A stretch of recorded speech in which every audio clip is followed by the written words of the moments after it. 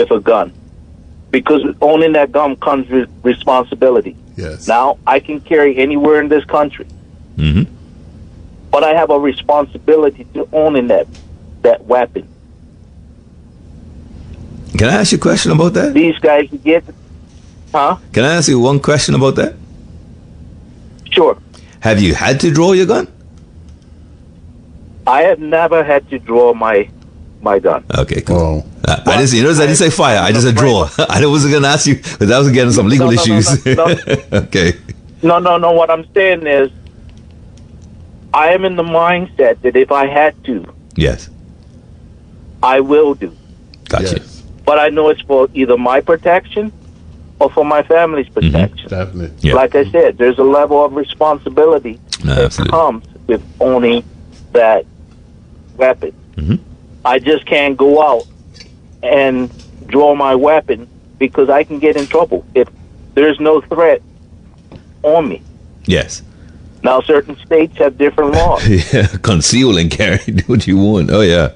And so I live in a state that you do not have to have a permit to conceal carry. You can have a... You can... Well, I'm sorry. Let me just in case our listeners. What this gentleman just said is you can have a gun on your body that nobody else can see, and you don't have to have a license to do that. Mercy. That is correct. And the only people that cannot do that are people that either have a felony or some other issues, be it mental, whatever. Gotcha. You know. Yeah.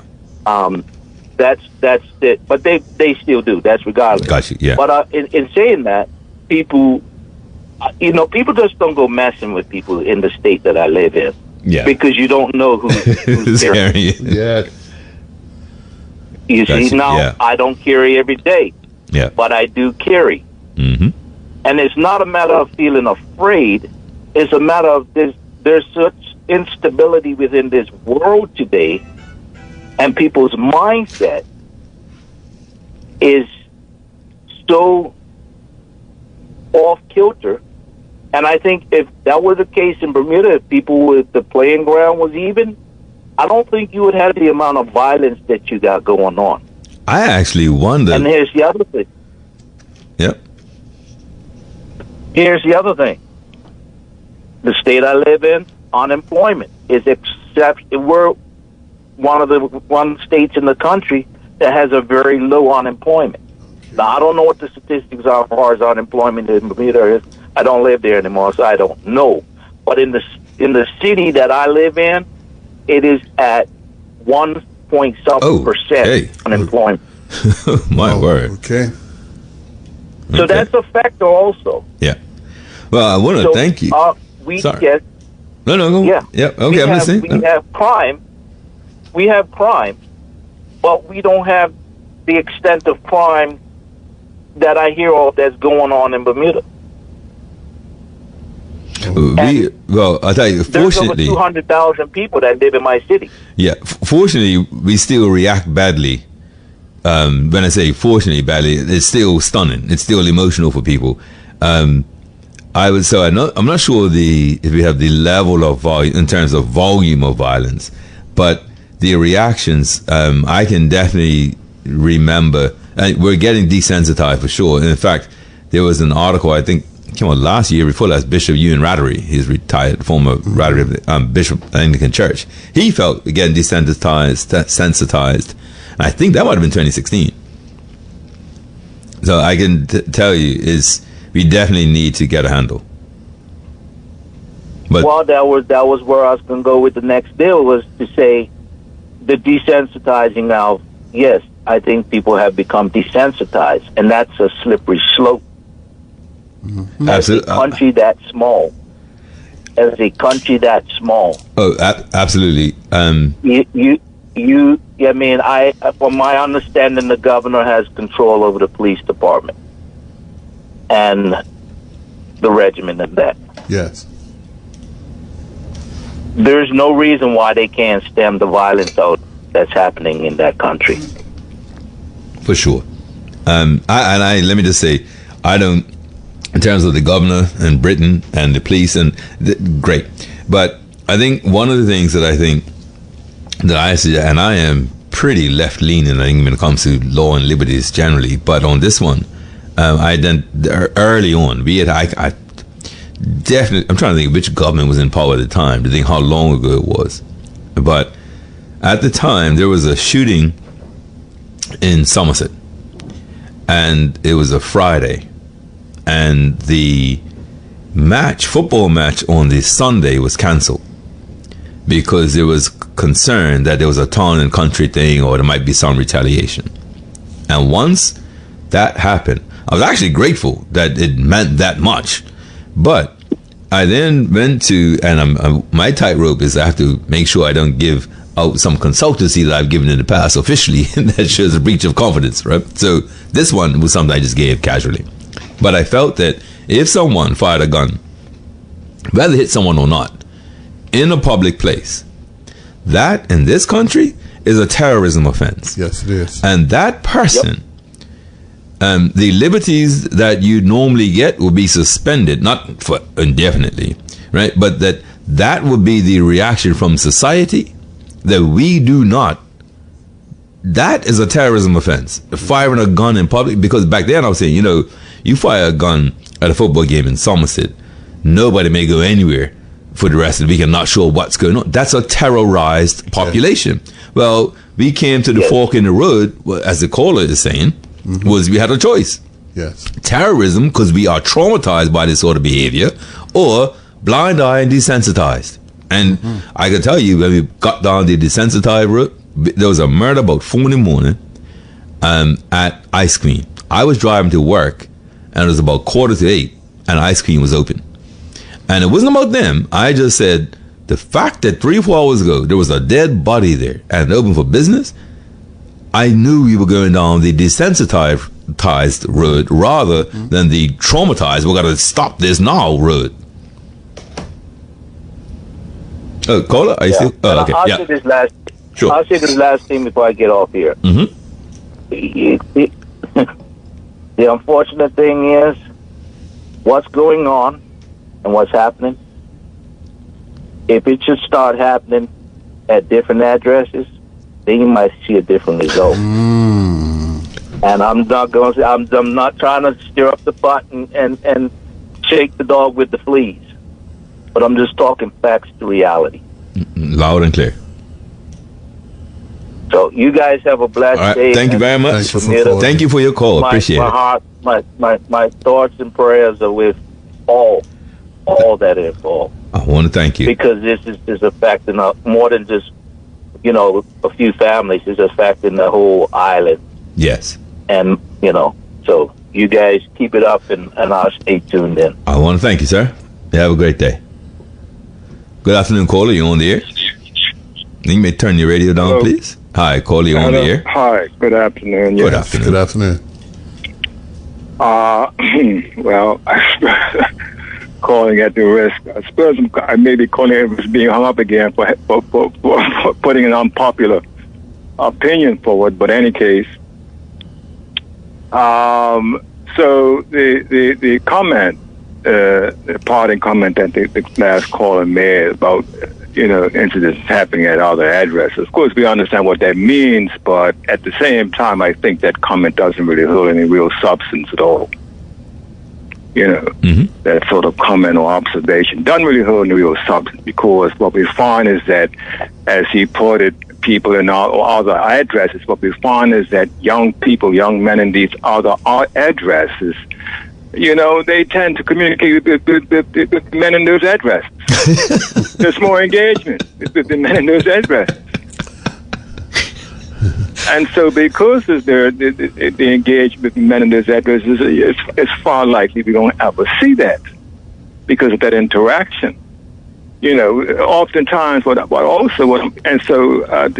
flip side of that is that, the young men in the addresses is where the incidents is most likely to happen. There's so few interaction with adult men. Yes. Perhaps the test could be put out right now. Well, I'll put the test out. How many persons who are listening right now, elder men listening right now, mature men listening right now, have actually engaged young men of that so-called ilk? well, How many of us actually engage these young men? I hear you. I hear you. I would say. You know what I'm saying? But yeah, go ahead. No, yeah. But yeah, we have no problem calling in or even speaking on these issues, right? In a condemning sort of, we have no problem jumping on the whole bagman. We got to condemn these young men, despite never having interacted them perhaps in the last 10, 20 years. Well, this is exactly what this paper is showing, right? That these men is not even what you and I think, is what the men are saying. Yeah. Right? So when they are, and I didn't highlight, the next section, and I'm looking at the time, I'm thinking maybe actually this is a good section to just leave callers really, because going forward is almost a new section. But Sarah, what I have done is look through this paper, and the paper itself is over 90 pages, and I've given you, I don't know, maybe 8, maybe 10. But all of these guys who are 22, 28, 27, they talk about teachers that destroyed their experience in high school being female teachers. And that there was, one of them said the mother, was very strong, but the fathers were sort of disciplining them and guiding them. Those two issues were definitely a problem. I can tell you right now, I'm in Southampton, and I think I can say this. I'm on the scholarship, I chair the scholarship committee. And last year, I was so shocked by some of the interviews I had for the scholarships.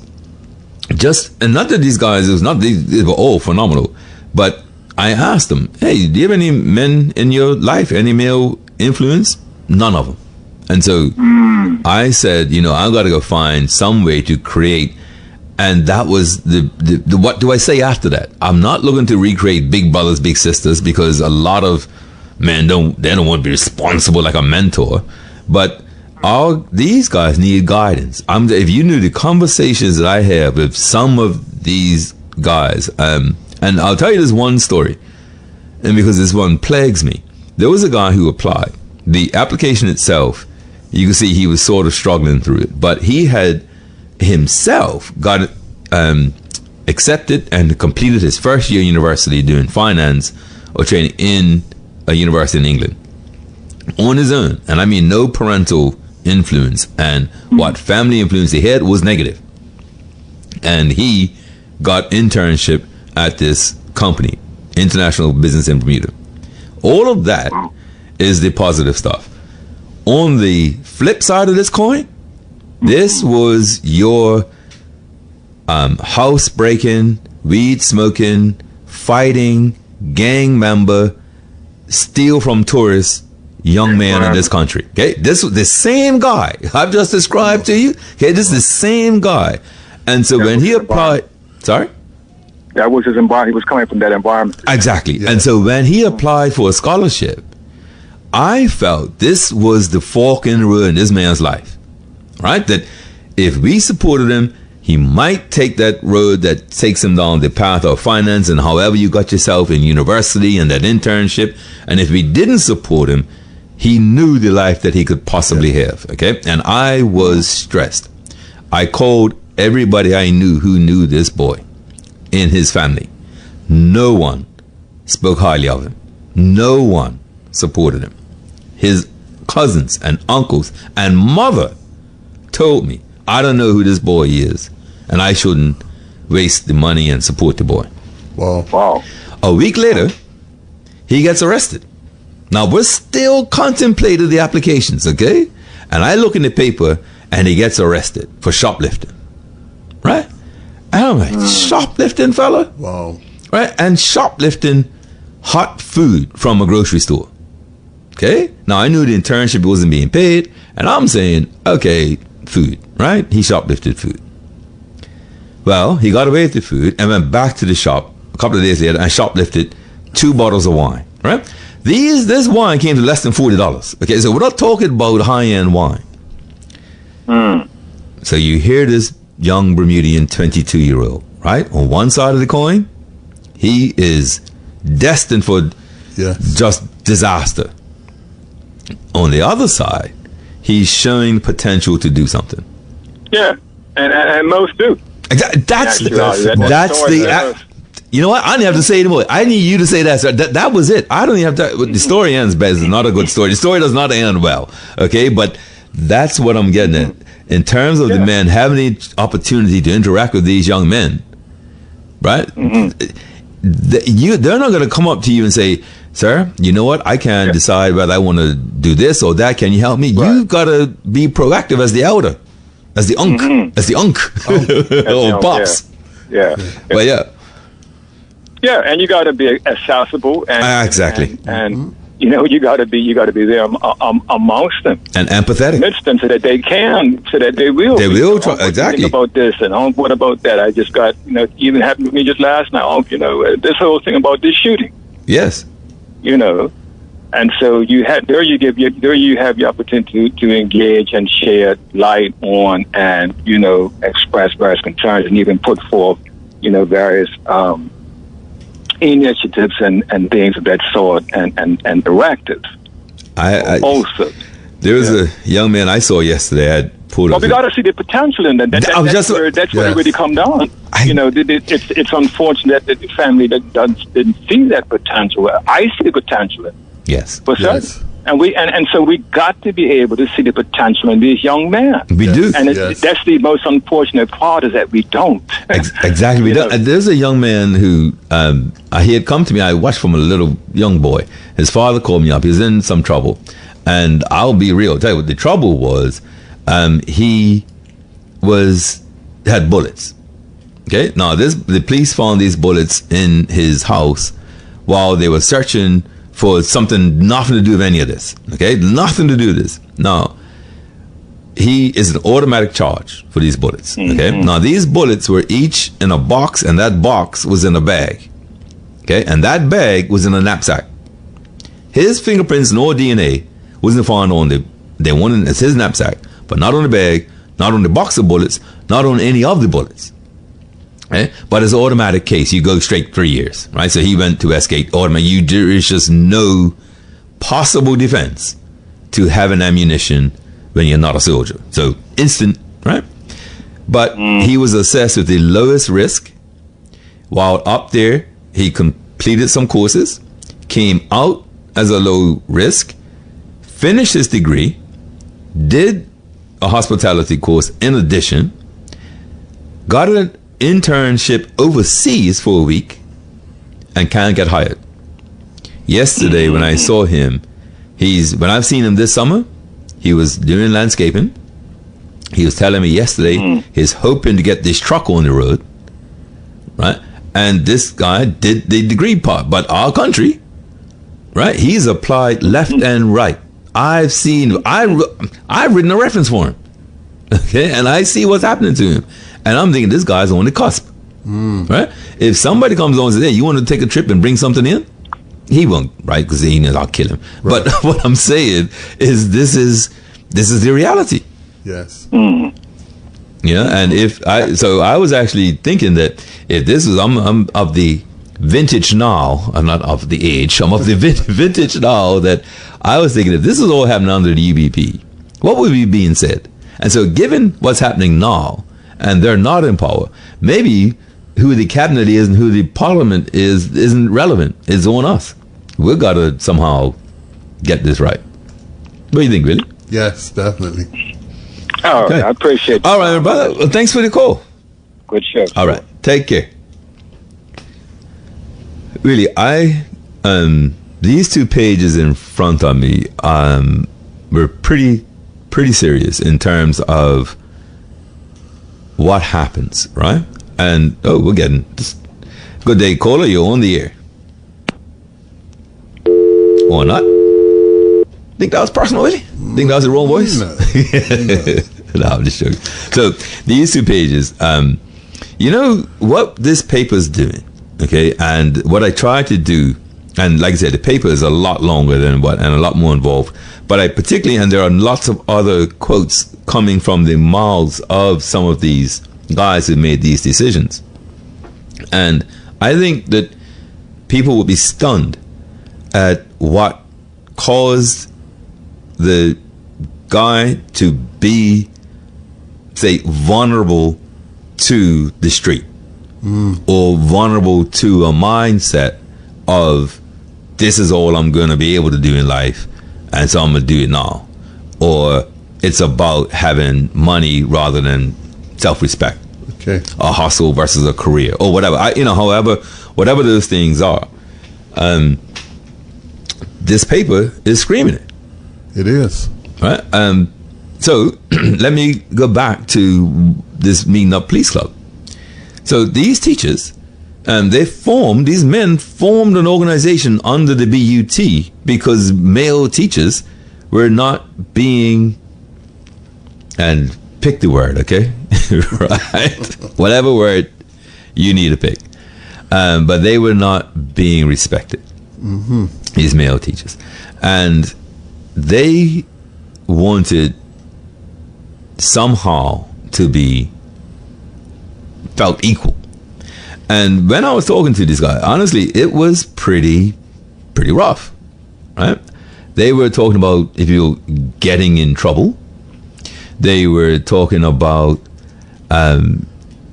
issues that you think a man just deals with, right? Or you just have to deal with if you're a man, kind of thing.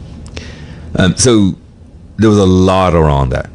Now, one of the things that they also told me was about 95% of the people. So there are two ways to become a teacher in Bermuda. You go to school and you get these qualifications, and you come back and you do the Bermuda equivalent license and you become a teacher. Or the other way is you currently have a career and you want to switch from that career to being a teacher. If that's your path, then cool, right? Not a problem. From the information that they gave me, 95% of the teachers who become teachers as a result of that approach are men. Okay. So the problem is, if you switch careers to teach and you're a man already in a career, you have to go 3 months without being paid. So I'm sitting in a room with men who did switch, and I hope you can read between these lines, callers and really, but one or two of them said, I did what I had to do so that I could survive for 3 months without being paid. Okay. So when I was telling you I was with Curb, one of the things we were trying to do was see if you can raise money for a stipend, because there aren't many people really, but particularly men, if you have a child over 30, who can go 3 months without a paycheck. It's true. And so that was a disincentive to men joining the system if they were already employed to switch in and become these teachers. That shocked me, that it would take that. So without a proactive actual campaign, without going out there and saying, men, we need you, our future needs you, whether you're blue collar, white collar, you have something to teach, if you can, we need your presence. And I read something early on about the zero tolerance policy, and what these guys were telling me was, if you are a 5'1", 108-pound teacher, female, and a 15-year-old boy, 5'9", is shouting at you and screaming at you and think he's going to hit you, that's different. Now, put even an older man of the same size, right? I tell women all the time, men and boys communicate in very unspoken ways, but they're very, very clearly communicated. And I said, women and girls just don't communicate like men and boys. Yes. And the communication, and I know the issue, but we communicate with the threat of violence a lot easier, right? If I don't believe, and I'm not a woman, so I don't know this, but I don't think if a woman tells a girl to do something and the girl is saying, I'm not going to do it, I don't think they're thinking violence. I think, a boy, you're instantly thinking violence if you don't do this. Mm-hmm. Right? Yes. You just, Yes. right? And the other issue about this, I once had to do, I was retained by this company to advise on sexual harassment in the workplace. There were some issues that had come up, and so I looked at the difference between men and women in the workplace, and some of those findings were very, very stark and very, very relevant. I had never ever thought about it. And one of the things that they say, and I was thinking about Bermudians, right? But one of these findings, and please, we don't have that many, so we won't get that many calls about this one. But one of the issues really was they asked, what is a good team player in the office? Okay, and they asked men and women. And the other question that they determined, they had a camera up, was who is the senior executive that is more likely to speak to the janitor? The male or the female executive. And what they were saying, believe it or not, I thought it was the male, right? They were saying the female is likely to, because of the socialization of boys or males is very much positional and labels. So not so much now, but we play cops and robbers, right? There were cops, there were robbers. Cowboys and Indians, there were cowboys, there were Indians. But wait, in sports, if you're the winger, you're not supposed to be defending the goal. If you're the striker, you better be scoring goals. Yes. We're not looking for you to defend back, right? Roles, they're very, very defined. And that impacts how we do things. Now, on the flip side, when they asked what's a team player, the women said, if I'm finished my work, go and see who else needs some help. Michelle, John, William, Stacy, Brenda, some team players to go help. You know what the men determined? What? Being the best team player is doing my job to the best of my ability, because my team is depending on me doing my job well. That's it. That's it. Going around and help others, that's not a team player in the male mindset. Wow. Okay? I told you we were supposed to do. I told you this was going to happen today if we did this. I told you we were going to. No, but it's a good thing. It's a good thing. We're talking about some things today that usually don't get touched, and it's important for this country to go ahead. We have to hear this and understand it, that we need to rectify it. Okay. So these guys have been screaming out. Okay, and maybe we've got a few minutes. Can I just do these last two? Sure. All right, I'm just going to do this. Remember, we've been talking to Alex, Ethan, and Amir throughout this thing. So this is Alex, 22. He says high school was a good experience because he was a quick learner. However, he also describes how his teachers perceived him as a disruptive student. How did you experience high school? That's the question. The answer? It was all right. Well, I catch on pretty fast. If you show me something, I'll catch on pretty fast because I used to do my work, and then I'd be talking. And then people ain't doing their work. And then they think I'm causing the disruption. But the whole time, my work's done. So, I don't know. Alex had the potential to do well in school, but was perceived as a troublemaker, both in and out of the classroom. He describes how he eventually got kicked out of school for fighting. I got kicked out from the old public school of Bermuda. I really couldn't go to school no more. I got into a little altercation in the school. They pulled a couple of us out, and I was one of them. It was a little fight. Well, two guys were fighting, and I got in the middle, and then I got hit, so I started fighting. And then they had it all on camera. That wasn't the first piece of trouble I got into at school. So all the little small things just added up, and then they just pulled me out. In spite of this altercation, Alex believes that his potential should have earned him another chance to achieve graduation. He states, when asked, would you have stayed if they gave you another chance? Yes, of course. The year had just started, and that's where I wanted to be. That's why I was there.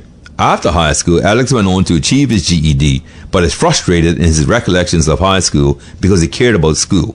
He even suspects that his teachers cared about him, which leaves him wondering why they wouldn't give him another chance. I cared. That's why I got my GED right after I got out. If they'd never kicked me out, I would have still graduated. I wasn't failing no classes.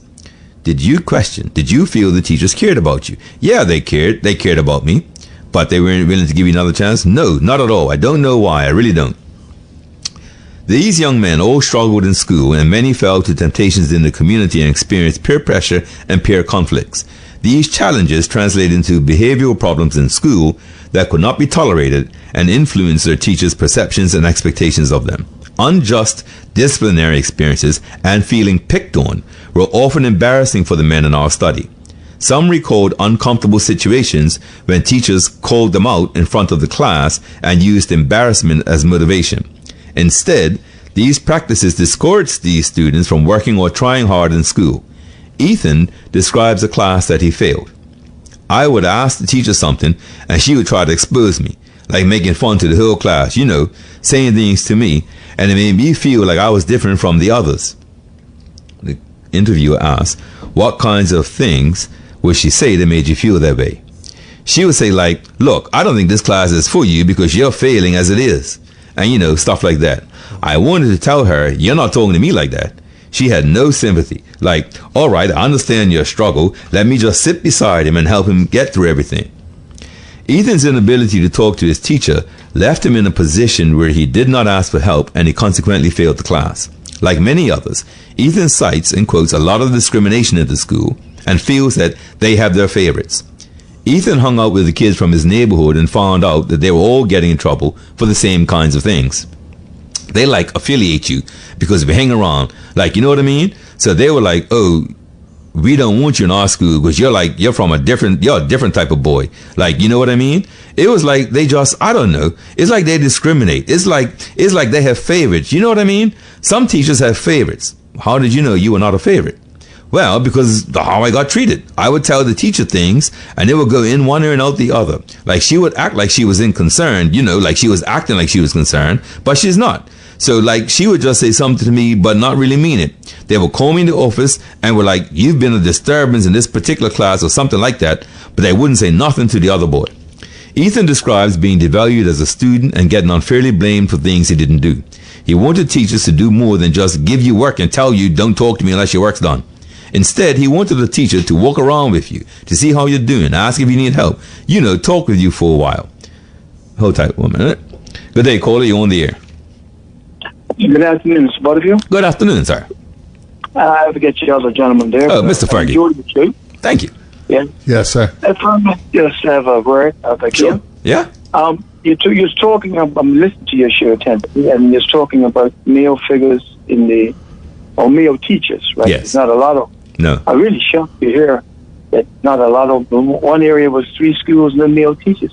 Southampton. And right, I didn't know it was. I didn't say. I didn't say it, but there you go.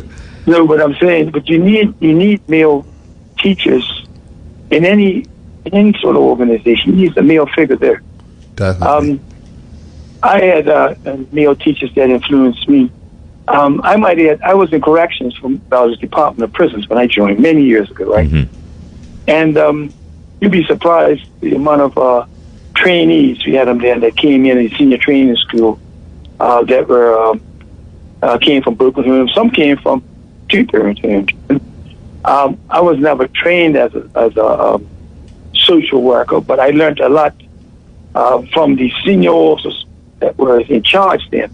A lot of them might not have the education that we have today, but they were from they were men from their families. They also were the regiment, not the regiment, the Bermuda militia. Oh yes. And they had extremely good people skills. Mm. And you learn from. And I might add, today's day, you might have people with a lot of education, but not a lot of them don't have common sense. No, for sure. Yes. But could I ask you a question? Were you in corrections at Casemates? Yeah, I done a short time at I worked all over. I done a short time at Casemates. Okay, I was at Casemates when Casemates was Casemates. Right. No, that's what that's what I thought. So I'm going to tell you why I'm asking. I don't. Sorry. Yeah, really. No, I was just going to say, I was going to ask you a question because a gentleman from Spring Benny was talking to me at Alda a few years ago, and he was a long-time corrections officer, and he said he was at casemates for quite a bit. And he said one of the interesting things about casemates, you would have the addresses of the prisoners there, and very few were from Sands. Very few from Somerset. He said because Somerset parents didn't play. Was that? Does that sound like something familiar? Well, when I was up there, I didn't know where a lot of the inmates came from, where they stayed, but I knew some of them came from Somerset. No, they couldn't have. No, they must have all come from St. George's. Okay.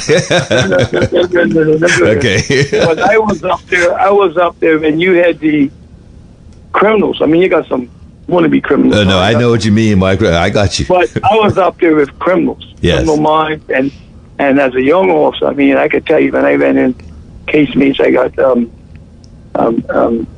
not drafted, but I made the cut and went in, and they slammed them doors when my legs shook. Mercy. That's no lie. I'd never been in a prison before in my life. I heard that.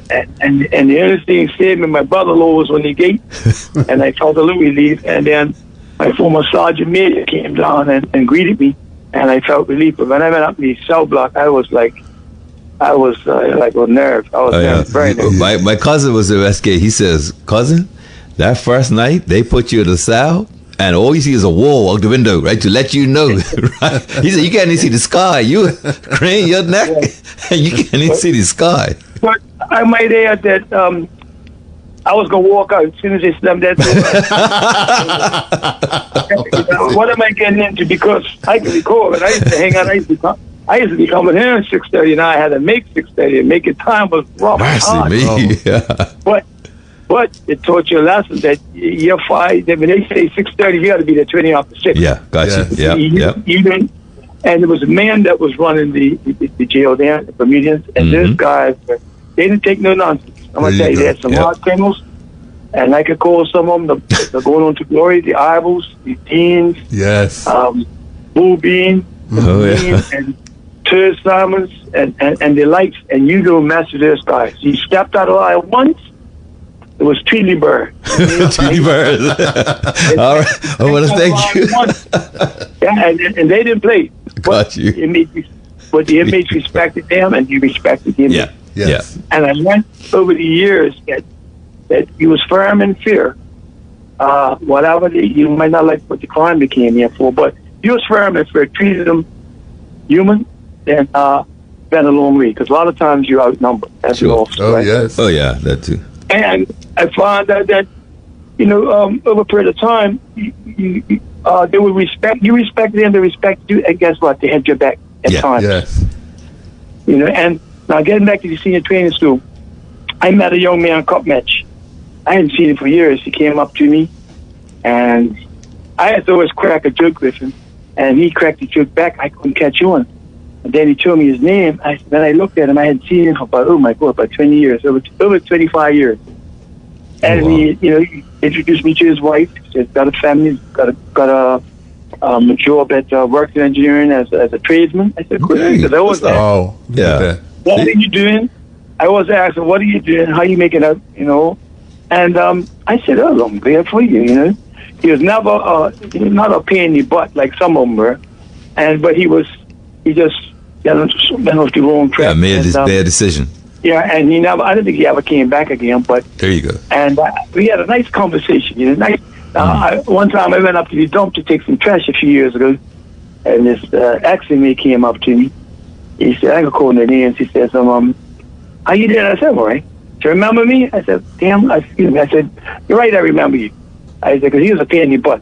And he just do enough to aggravate you, to break the rules, but he's a pain at times. Got you. So we got talking. He says, I came by. He said, I'm not trying to brag or anything. He said, I want to thank you. I said, thank you for what?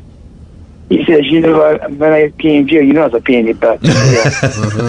And he says, you guys, there's a group of us that we were father figures to him. Some of us didn't know it. Some of them had passed, right, the officers. And he says, I want to really thank you. I said, okay. Wow. He says, no, I've listened to you guys over the years. Come out, you didn't get your qualifications, got a job, and work hard. He says, I have my own house, not paid off yet. He says, I have couple of children. One of them was going to university or college. I said, good. Okay. I think another one's doing this. Yes. He said, I have a part-time job. I've been having a business on the side. I said, oh, good for you. He said, but I want to thank you. And when I was a pain, I said, I'll spread your word to your other boys. Yes. And what I'm saying is, what you said earlier, of course, that you do need male figures. I don't care where they are. I agree with you. Yes. And over a period of time, I've seen them. Sometimes they're full body. I always ask them, what you doing now? And they say, well, I'm doing this, I'm doing that. I said, good. How you mean? Sometimes I might see them and they might want to, look, I need a couple of dollars. Can you buy me a meal? I said, sure. Yeah. I give you the money. I'll buy you the meal. Yep. Yeah. You ain't take the money. No, exactly. Yeah, I heard that. Yes. But I'll say all that to say this, that, it's a shame, but I'm seeing right now, it's a real shame because I was listening to the gentleman yesterday on the radio. Last night on the radio, he said he was within 100 yards of the incident. And that's not to shake anybody up. And I passed through that area a couple of years ago. But what I'm saying is you definitely need male figures. Absolutely. And No doubt. you was mentioned also that you was on some committee, and if males want to transfer their careers or go into teaching, they got 3 months to wait if I pay. Well pay. I think that's ridiculous. I agree. Yes. The amount of money, let me tell you something, Mr. Barker, the amount of money that Bermuda gives away, they can give $800,000 Yes. to no, I'm gonna be straight up. If they can give $800,000 to a studio that never came online, they can help some people that wants to be teachers, wants to be mentors, to help some of the youth. So I don't buy that. 3 months. Bermuda's the most expensive place in the world. How can you go about 3 months? 3 months. Yes. You know what I mean? And if they have to support their children, they'll be locked up. For non-support. Exactly. You know what I mean? You got it. I think, like I said, common sense got to prevail. Yes. Yes. I'll go back to the common sense. But my time in there, and I find that was most rewarding when you get some of these ex-inmates come up to you that turn their lives around. And some of them have done, I know one gentleman came out, and I think he's doing quite well. There's an orderly down in the hospital doing quite well. Good stuff. And I asked him, he come up to me and we have a little chat. And the first thing what you doing now? You in and out or what? No, I'm straight. And so Yep. somewhere along the line, some of us got to him. I agree. Yes. Yeah. A man, probably. Right. A lot of us weren't trained, but we learned through There experience. you go. Yes. Yep. Yeah. And hands-on means a lot. Trust me. Oh, yes. Hands-on experience. You can't learn that in a course, a college course or school Yes. course. You learn it like the knocks of hard life. You learn. If you don't learn from it, well, tough. Yep. So it is. And you don't listen, you feel. Yeah, but I thought No, thank you so much for Yeah, that. we appreciate that. Yeah, and lastly, I enjoy your history. I love history. Good Because, stuff. if you don't know your history, then if you don't know your past, your history, then how you can deal with your present. Absolutely And right. I think it's so much history that's been hidden, especially from black people. Yep. And I'm not so much on the internet and on Facebook, it's so much has been hid, and so much. I would say there's so much blacks have made such much a valuable contribution to world history, not only in Bermuda, all over. When you look at the sacrifices that what's the name? I'm just thinking of the lady who celebrated cup match. Mary Prince? Yes, Mary Prince, what she done, and during that time, they took a lot of nerve, talent guts from a woman. Yes. And Oh, yeah. and I'm looking at, I read every day about, and I pray to God that nothing happens to him, Ibrahim Traore. Oh, Traore. Yeah, that fella. Oh, yeah. That is a leader. If there isn't no leader in the world, Hello. right now, it's one. Oh, yes. And I just read something today, if I might share. Yep.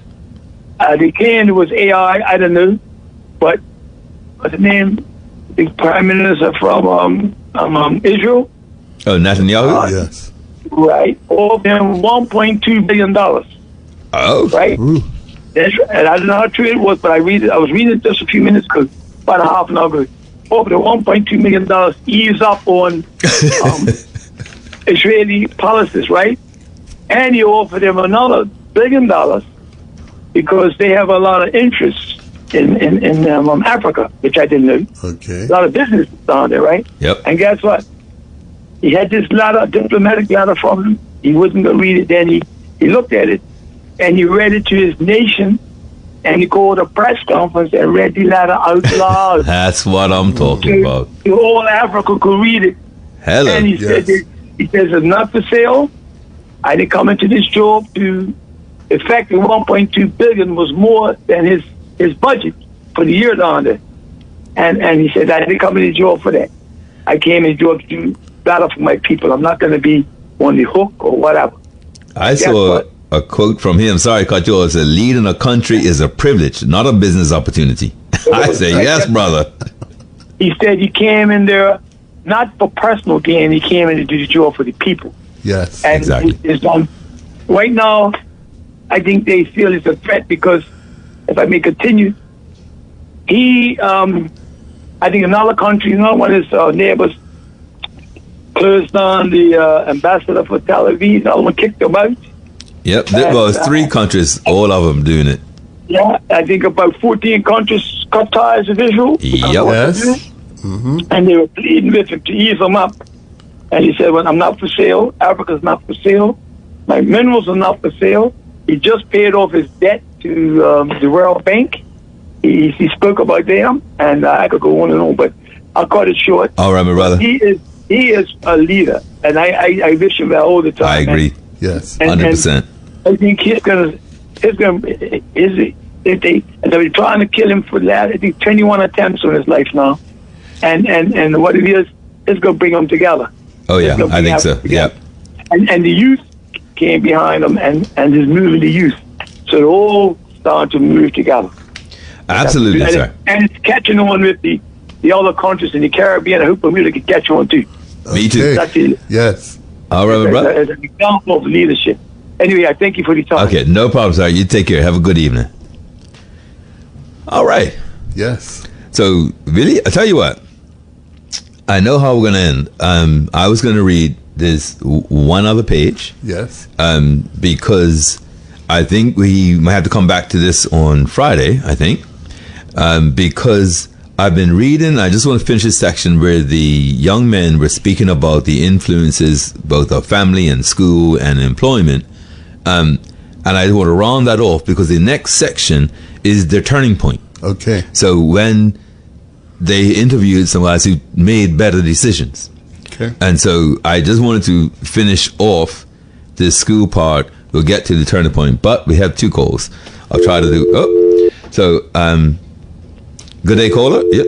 Well, there you go. So great. No more callers. We're gonna get through this really, and it's after 4. So I want to read this last thing. So we're talking about Ethan, and the issue was they were calling me to office, and they were like, "You've been a disturbance in this particular class," or something like that. But they wouldn't say nothing to the other boy. Ethan describes being devalued as a student and getting unfairly blamed for things he didn't do. He wanted teachers to do more than just give you work and tell you, don't talk to me unless your work's done. Instead, he wanted a teacher to, quote, walk around with you, see how you're doing, ask if you need help, talk with you for a little while. The lack of personalized attention limited his motivation, in quotes. A lot of people tell you, promise you things and never follow through. And that's what discourages a lot of the youth in Bermuda.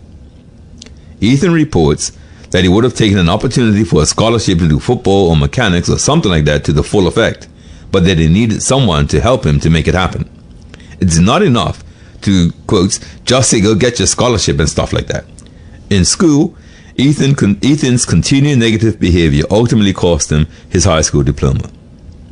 Men interpret the inequalities in academic support and disciplinary sanctions that they observe as a lack of concern for their well-being. In spite of perceptions of biased treatment, desire for teacher support and encouragement courses through the narratives. So they're saying the teachers treat us badly, but they want the teachers to treat them better. It's not like they're saying get rid of the teacher. Like they accept they're in a school system, and this is the. I've been holding back today, and I'm just going to say that this is the part that I think some teachers miss. Okay, it's like I never believed when parents said that children like discipline. Until I had to tell my child, "No, your job is to push the boundary. My job is to hold the boundary. Yeah, ain't no problem. I know what you're doing. As long as you know what I'm doing, we're good." Right? So we interpret that a certain way. But when teachers perceive them as troublemakers and boys are instead disregarded or discriminated against, feelings of belonging and their relationships with their teachers are affected, putting these men at risk psychologically, academically, and socially, and consequently putting them, in quotes, on the wall. Yes. Nathan offers another example. He reports enjoying school, but had to miss school for an entire year after a serious bike accident. Upon his return, he found that he was getting into trouble, in quotes, arbitrarily. One time I was out in the courtyard. Me and another friend was having a dispute like. A teacher came and said that I had cursed, but everyone there said I didn't curse. And she was asking for my name and asked, "Who is your advisory teacher?" And I didn't want to give it to her because I knew I didn't curse. So I said, "Whatever." I walked off and left. And she was following me down the hall, and I said I didn't say anything, get away from me, and I ended up going to my next class. And that's when I heard my name on the intercom saying, "Come down to the office." And the principal was saying, "Were you being disrespectful to this teacher?" And I said, "No, I wasn't." She was asking me for my name and my advisory teacher, and she was saying that I was cursing and she was going to write me up. And I said I didn't curse. And from there, she was then saying, well, from not listening to what the teacher had to say, I ended up getting suspended for the rest of the week. That happened on a Wednesday. Out of school suspension. And then another time was when we weren't supposed to be wearing like shirts under our school shirts. I had a white t-shirt underneath my school shirt, and I was walking through the hall. The same teacher, she was talking to somebody, like standing up, talking to somebody right across from her. That was another person I knew. It was a friend of mine. She was talking to him, and he had the same thing I wore. His shirt was, well, the shirt he had on under his school shirt was hanging out, and she was talking to him. I was walking across, and she saw that my shirt was hanging out, and she was telling me to take the t-shirt off. Go to the office and take it off. I was like, no, because I sweat a lot. I have to have a shirt on. I told her no, and I kept on walking, and she followed down the hall. I said, you know what? All right, whatever. I went to the office, took it off, and then when I was walking out of the office, she stopped me and asked me, do I have anything to say to her? And I was like, what do you mean? You're not going to apologize? I was like, apologize for what? You were being rude to me when I was telling you to take your shirt off. I said I wasn't, because of my teacher from advisory class was good and said I could wear this shirt. Well, you have to get a notice from the principal to say you can. I didn't have that. So when I did take it off, I was coming out. Like I said, she was asking for an apology, and I said no, because I didn't. I wasn't being rude to you, and I got suspended again for that. Wow. Nathan did not feel the faculty were invested in listening to his side of the story and that he was unfairly disciplined. These experiences pushed Nathan out of the school community. So,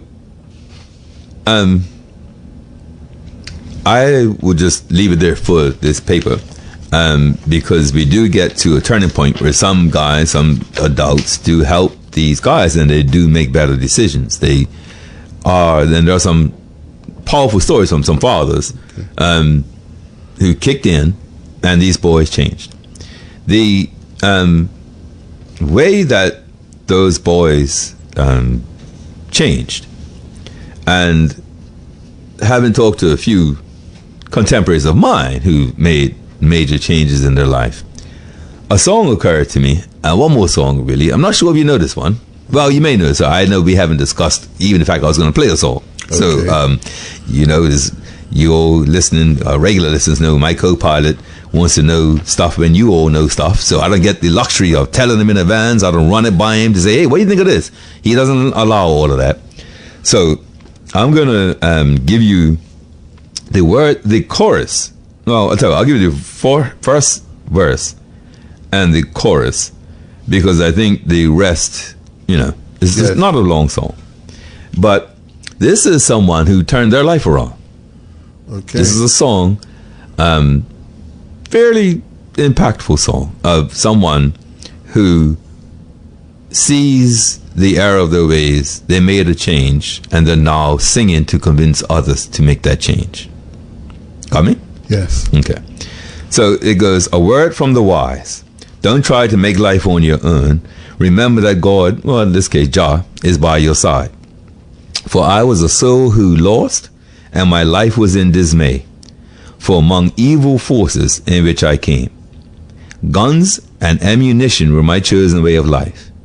With God-fearing people, I choose to now strive. For all the lives that are taken, they can never be replaced. But still, Jar Jar chose to remember my face. And the chorus is, though I never lived like he wanted, I'm still mindful of what he taught me. Yes. So now I beg and plea, I'm on my bended knee, Yes. 'cause Father, you rescued me. Yes. I've got the scars to show. I barely made it along life's road, 'cause when my life got dark, he was the only spark. He was the light at the end of the road. Beautiful. I take it you did know this one. Yes, I do. Okay, so this was as I just said, a word from the wise, and try to make it on your own. Okay, so this is called Augustin. Dwayne Stevenson is the song.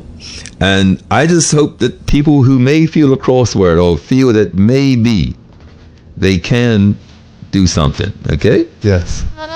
Make a better choice. We can do things better, okay? We're not quite signing off, really. Yes. So we'll get a chance to say goodbye. Okay.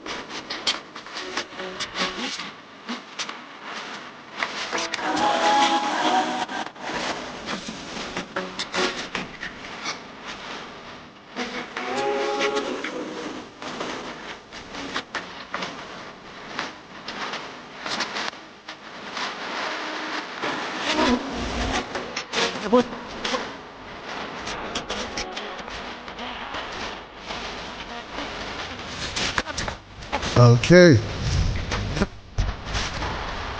To the families of the victims, the 4 victims in the last few days, you have my condolences. And for those who are perpetrators, let's remember, you were kings. Let me say that again. You were kings. You were born to be better. Bermuda, let's work together to make it work, okay? We got this, Billy. And I want to thank you for both the fellowship of last night, the contributions today. We're a little bit over the time, but something's got to be done. Yeah. This work, the paper that we're in the middle of reading, I'm optimistic.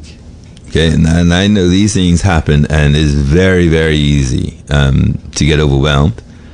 But I got to tell you, maybe because of the show, maybe because of us and what I feel, but I think we're taking our country back. We need to, yeah. I don't know exactly what that means, how that looks. This opportunity wasn't in forecast for me. Not for me either. The Most High knew. Yes. Right? The steps ordained. I didn't know about this, but here we are. I didn't know how today was going to go either.